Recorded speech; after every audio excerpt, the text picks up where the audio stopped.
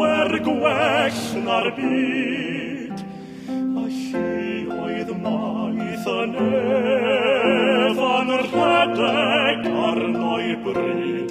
Dy ddawn a thras ath gariad ryd sy'n llanw'r nef yn llanw'r byd.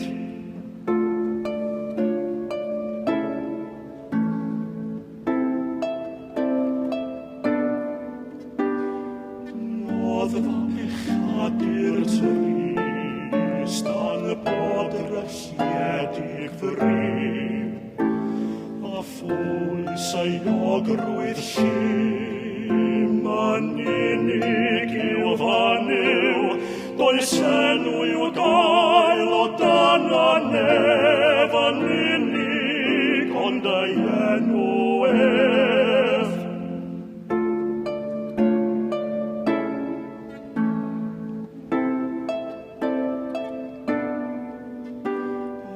Gromed pawb i lawr i enw'r addwyn oen, yr enw mwyaf mawr erioed a glywyd sôn, y clod, y mal, y parch a'r brif o byth i enw'n hargwy.